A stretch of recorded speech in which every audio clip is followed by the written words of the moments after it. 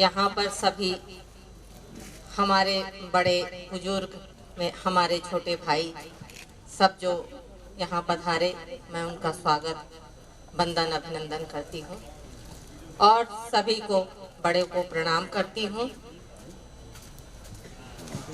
मुझे तो बहुत गर्व होता है कि हमारे क्षेत्र में एक महान भाव बाबूजी का नाम आज भी चर्चित में रहता है और मैं सबसे बड़ा श्रेय इस कार्यक्रम का, हालांकि विनोद दादा ये कार्यक्रम रखे, इसमें हम सब लोगों को मिलने का मौका मिला। प्रमोद दादा, तो मुझे बहुत अच्छा लगा इस सब चीजों को देखते हुए। और जब जब बाबूजी का कार्यक्रम होता है, माननीय अतिथियों से निवेदन करूंगा 5 मिनट और रुक जाए। जब भी मुझे बन गया है यहाँ पे आने का विनोद भाई का स्वागत करता हूँ। अवसर मिलता है तो मुझे बहुत धन्य होता है कि मैं एक ऐसे परिवार से हूँ जिनके मुखिया का आज पूरा समाज नाम ले रहा है। अभी हम लोग वहाँ पे कोर्ट के पास एक माल्यार्पण के कार्यक्रम में थे।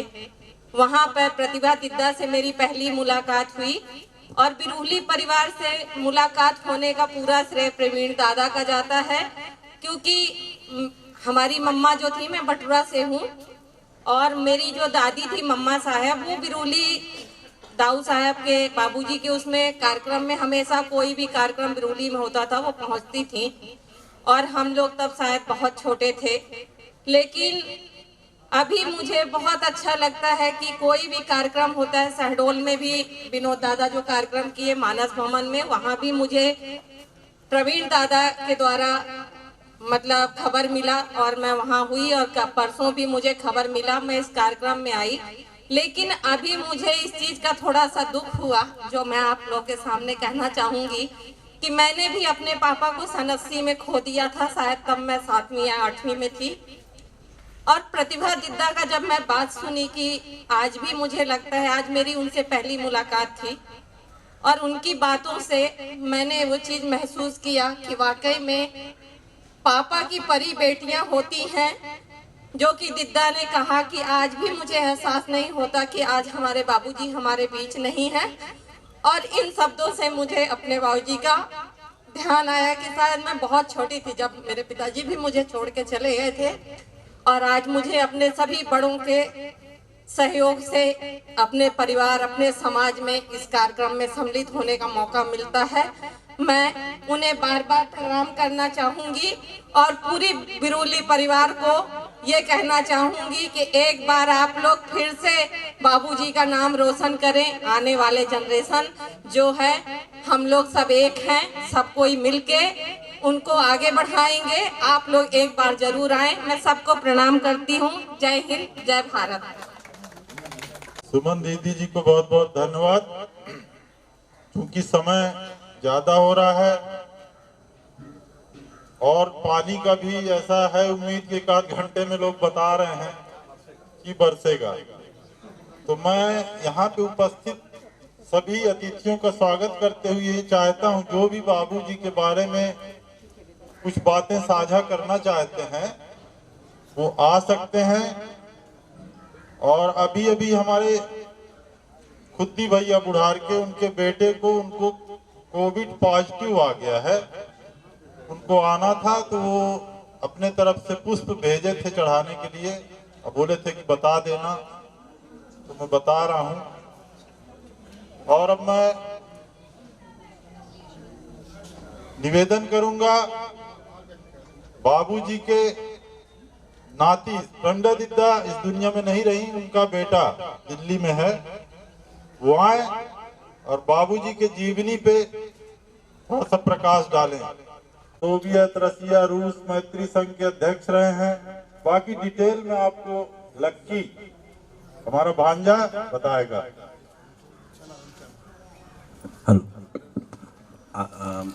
आदरणीय अतिथिगण, यहाँ पधारे सभी हमारे बड़े और जैसा कि मामा ने बोला कि नाना जी की जीवनी वो तो सभी प्रकाशित है, सभी आप लोग जानते हैं, बट इस मौके पे मैं अपने तहे दिल से नाना जी को श्रद्धांजलि अर्पित करना चाहूँगा और कुछ बातें मैं बोलना चाहूँगा अपने पर्सनल एक्सपीरियंस से। कृष्णपाल सिंह जी, हम तो कभी नाम नहीं लेते थे, नाना जी बोलते थे।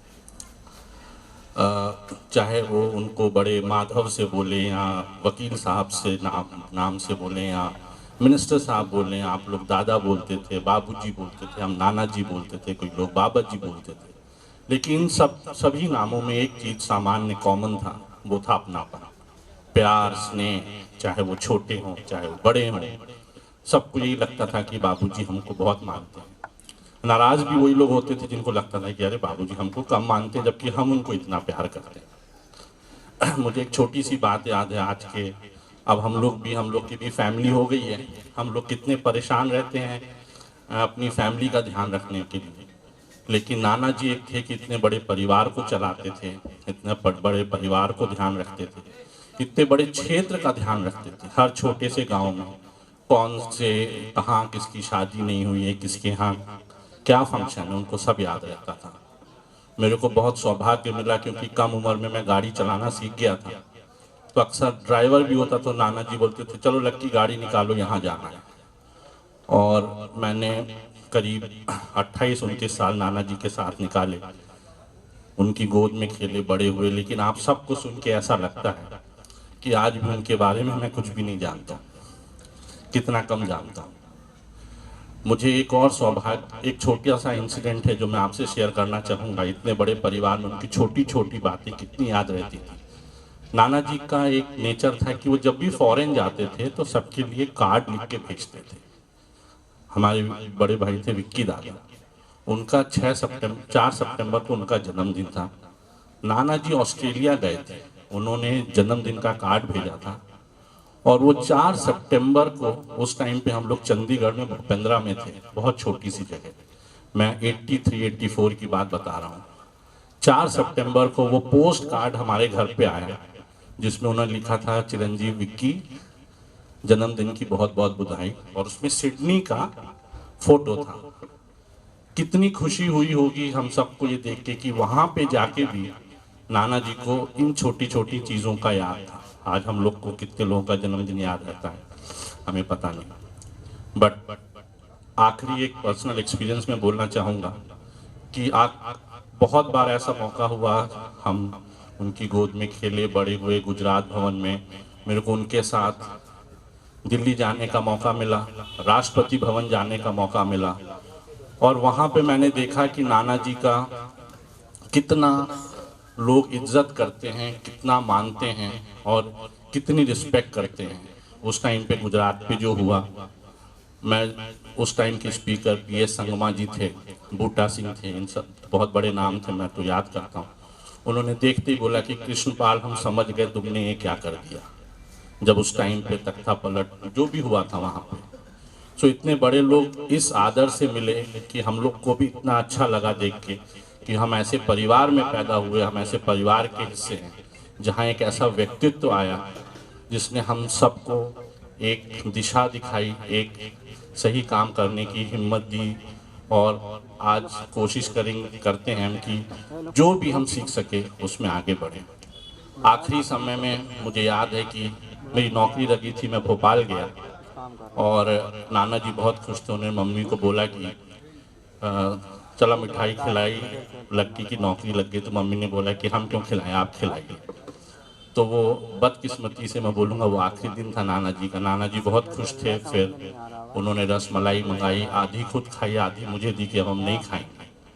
और आखिरी दिन रात में हम मिली आशू सब साथ में थे, बहुत खुश थे, और मेरे को पाँव दबाने का मौका मिला। जब सोने के पहले हम लोग पाँव दबाते थे, तो पाँव दबाए और फिर उन्होंने बोला कि लक्की कुछ दिन की वो जीवनी लिखते थे, तो उन्होंने बोला कि हमारी 15 दिन की जीवनी बाकी है, अब कल हम अपन बैठ के वो लिखेंगे। और फिर करीब 9:30-10 बजे हम लोग आ गए, नाना जी के फ़ोन वगैरह आने लगे, बात करने लगे, और जब सुबह हुई तो उनकी तबीयत खराब हुई और वो फिर नहीं रहे। बट मैं बहुत किस्मत वाला था कि आखिरी समय में उनके साथ रहा, आखिरी दिन उनकी सेवा करने का मौका मिला। और इन्हीं ज़्यादा बोलूँगा तो मैं खुद भावुक हो जाऊँगा, बट इन्हीं शब्दों के साथ मैं यही कहना चाहूँगा कि नाना जी हमेशा दिलों में हमारे थे, हैं और रहेंगे। धन्यवाद।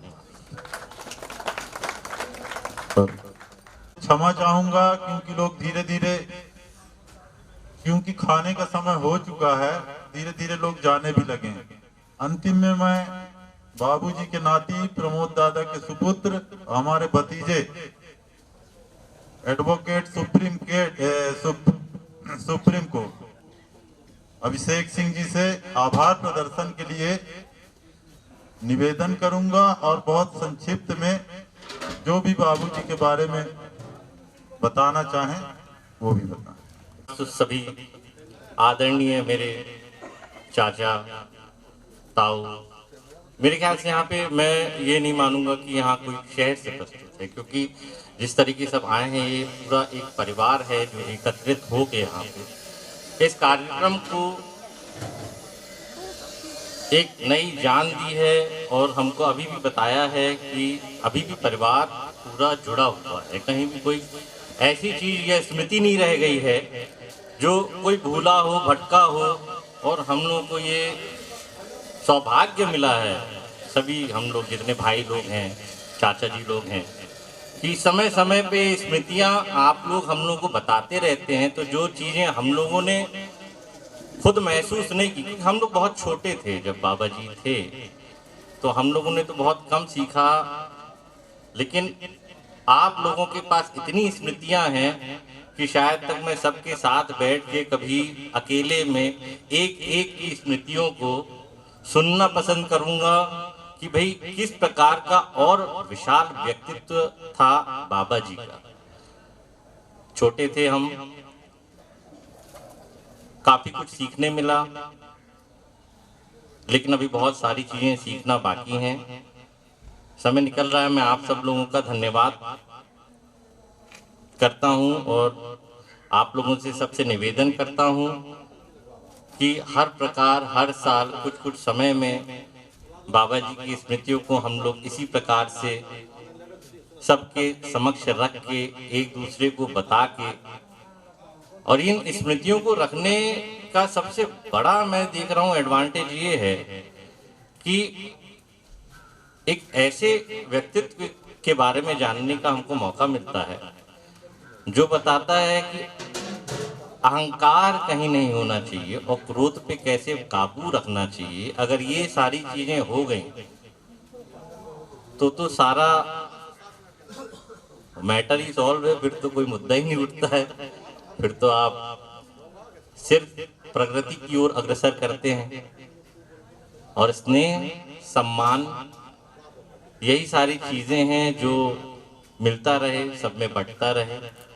और आप लोगों का आशीर्वाद हम लोगों के ऊपर बढ़ता रहे, मिलता रहे। हम लोगों को भी उन्हीं सारी चीज़ों से प्रोत्साहन मिलता है कि हम लोग कर सकते हैं। हम लोग प्रयास में कहीं कमी तो नहीं रहे। 2-3 दिन पहले इस प्रकार का वेदर हो रखा था और इस प्रकार की परिस्थितियां हो रखी थी कि कोशिश हम लोगों ने की थी। इस बार 100वां वर्षगांठ है और हम लोग बहुत अच्छे बड़े पैमाने पे फंक्शन करेंगे, लेकिन कुछ ना कुछ ऐसी आपदाएं आ जाती हैं कि स्थगित। हम लोग ऑलमोस्ट ये सोच रहे थे कि कार्यक्रम नहीं हो पाएगा और बारिश की वजह से भी हम लोग को लग रहा था कि शायद कार्यक्रम रद्द ही हो जाए। तो कम से कम ऐसा रहे कि परिवार के लोग बस यहाँ पे मिल के एक दूसरे से मेल जोल बढ़ा के एक दूसरे की, अब जैसे हम छोटे हैं, हमको नहीं मालूम, हम काफ़ी लोगों को जानते नहीं है, लेकिन इसी सब अवसर में ऐसा रहता है कि आप लोगों का आशीर्वाद मिल जाता है, इंटरेक्शन हो जाता है, मेल मुलाकात हो जाती है। बाल कवि बैरागी जी के बारे में मैं बहुत पढ़ता था बचपन में। जब बाबा जी से मिलने आते थे तो मैं उनकी बहुत सारी कविताओं से बहुत प्रभावित रहता था। और स्मृति संचय जो एक किताब लिखी हुई है बाबा जी के बारे में, उसमें भी उन्होंने बाबा जी के व्यक्तित्व के बारे में इतना इलेबोरेट करके लिखा हुआ है, हालांकि मतलब बहुत सारे लोगों ने लिखा हुआ है कि उसका शीर्षक ही ऐसा है कि क्या लिखूं, कैसे लिखूं।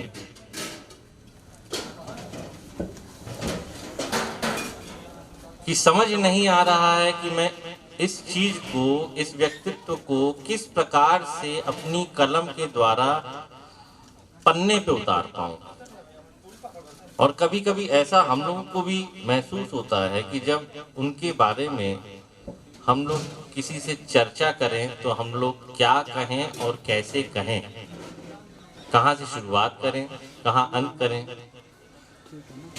कितना कुछ है सीखने के लिए, कितना कुछ है बताने के लिए, और कितना कुछ है कि हम लोग को कभी कभी ऐसा लगता है कि ये सारी चीज़ें छूट गई हैं या ख़त्म हो गई हैं या हम पीछे हो गए हैं। कई लोगों ने कहा कि हम लोग को ऐसा लगता है कि अब यहाँ का क्या, बुढ़ार का क्या। लेकिन बुढ़ार में अभी भी आप सभी के हृदय में, आप सभी के मन में उन चीज़ों को लेके आप लोगों ने उस चीज़ को कितना गहन अपने जीवन में उतारा है, ये आप लोग समझ सकते हैं। तो मैं एक कविता, मेरे को बहुत, एक पोस्ट कार्ड में एक बार कविता लिख के रखी हुई थी बाबा जी के पास। तो कविता में बोल रहा था, ये तो बाल कवि बैरागी जी की कविता है, ये इसका मतलब क्या है। तो बाबा जी ने बोला, बेटा इसको पढ़ो। मैं पढ़ा। बोला इसको फिर से पढ़ो। मतलब मुझे समझ ही नहीं आ रहा है, आप समझाइए।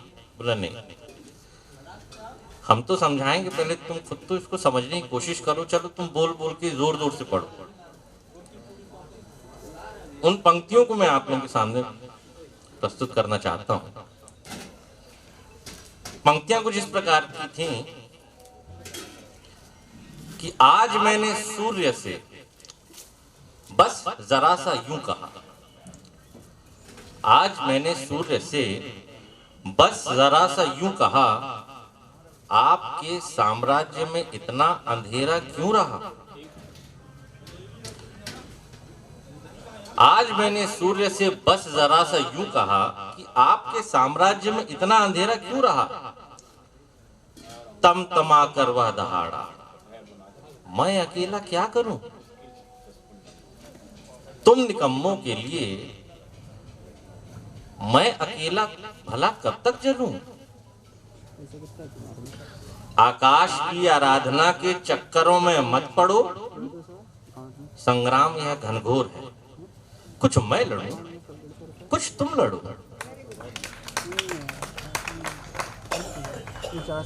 इसी प्रकार से थोड़ा ईश्वर लड़ेगा, थोड़ा हम सबको लड़ना है, थोड़ा मानना है, थोड़ा झुकना है।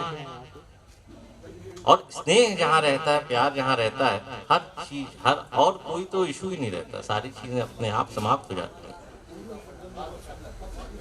आप सभी का धन्यवाद यहाँ पधारे। और समय होता जा रहा है, मैं निवेदन करूंगा कि अब प्रवीण कक्का मंच संभालें और सबको इनवाइट करें कि भोजन का समय हो गया।